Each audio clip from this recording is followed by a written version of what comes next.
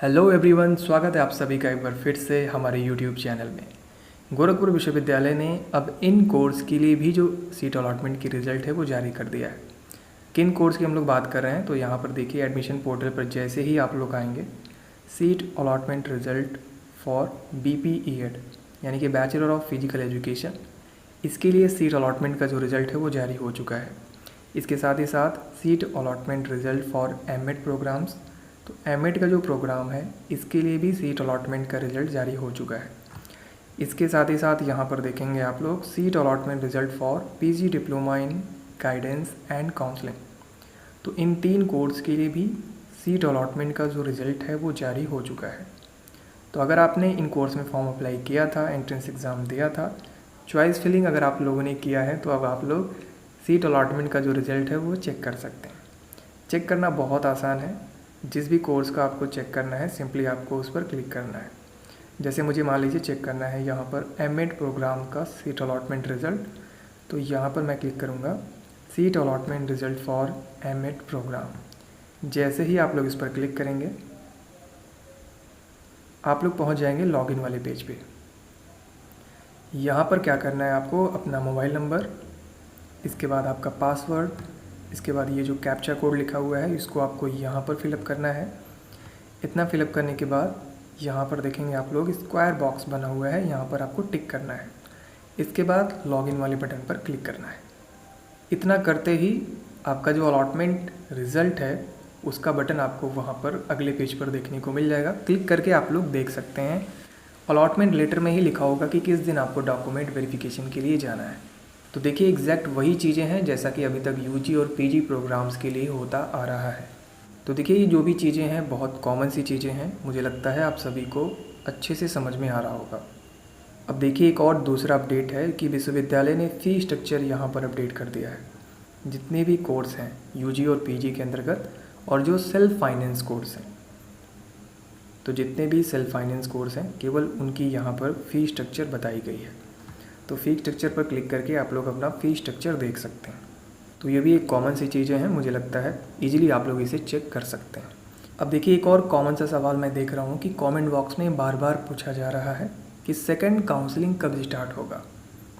तो अभी जिनका रिज़ल्ट जारी हुआ है सीट अलॉटमेंट का, जैसे कि BPEd यानी कि bachelor of physical education, M.Ed या फिर PG diploma in guidance and counselling, इसका जो सेकंड काउंसलिंग है वो तो बाद में शुरू होगा। बट जिन लोगों का सीट अलॉटमेंट का रिज़ल्ट पहले आ चुका है, जिन भी UG और PG कोर्स के आ चुके हैं, उनका जो सेकंड काउंसलिंग है वो मैं आपको बता दूं 9, 10 या फिर 11 अगस्त कभी भी शुरू हो सकता है। यानी कि फर्स्ट काउंसलिंग के अंतर्गत जब डॉक्यूमेंट वेरिफिकेशन का प्रोसेस कंप्लीट हो जाएगा, जितने भी बच्चे फ़ीस पेमेंट कर देंगे उनको मान लिया जाएगा कि वो लोग एडमिशन ले चुके हैं।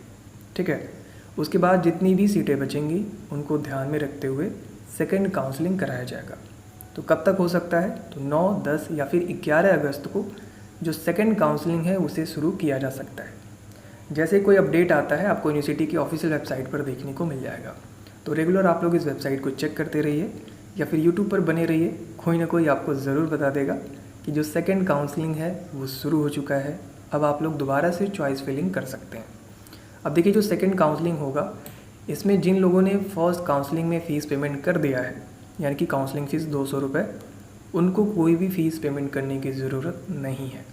बट जो लोग पहली बार काउंसलिंग में पार्टिसिपेट करने जा रहे हैं, उन लोगों को 200 रुपये यहाँ पर आपको काउंसलिंग फ़ीस के तौर पर पेमेंट करना होगा, जो कि नॉन रिफंडेबल है।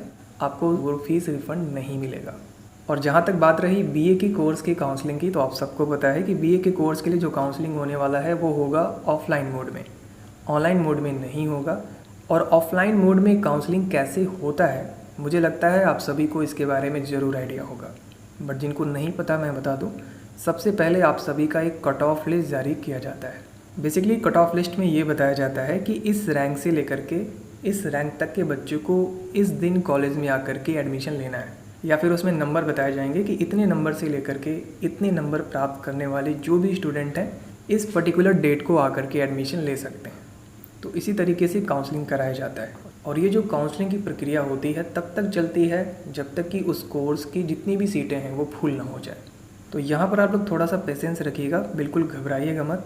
ऐसा नहीं है कि फर्स्ट काउंसलिंग में अगर आपका नंबर नहीं आया, आपको नहीं बुलाया गया काउंसलिंग के लिए, तो आपका एडमिशन नहीं होगा। ऐसा बिल्कुल भी नहीं है। पहला काउंसलिंग होता है, सीटें बचती हैं, फिर दोबारा काउंसलिंग होगा, तीसरी बार होगा, चौथी बार होगा, ऐसे ही काउंसलिंग होता रहता है। और कब तक होता है? तो जब तक पूरी सीटें फुल ना हो जाएं, तब तक यहाँ पर काउंसलिंग कराए जाते हैं। तो उम्मीद है आपको ये बातें अच्छे से समझ में आ गई होंगी। और यदि इसके अलावा आपके मन में कोई और डाउट है तो कमेंट बॉक्स में आप लोग ज़रूर पूछिएगा। नेक्स्ट वीडियो में हम लोग उस टॉपिक को ज़रूर कवर करेंगे। सो गाइस, फ़िलहाल आज के इस वीडियो में सिर्फ इतना ही। बहुत ही जल्द मिलते हैं अपने नेक्स्ट वीडियो में। तब तक के लिए wish you all the best.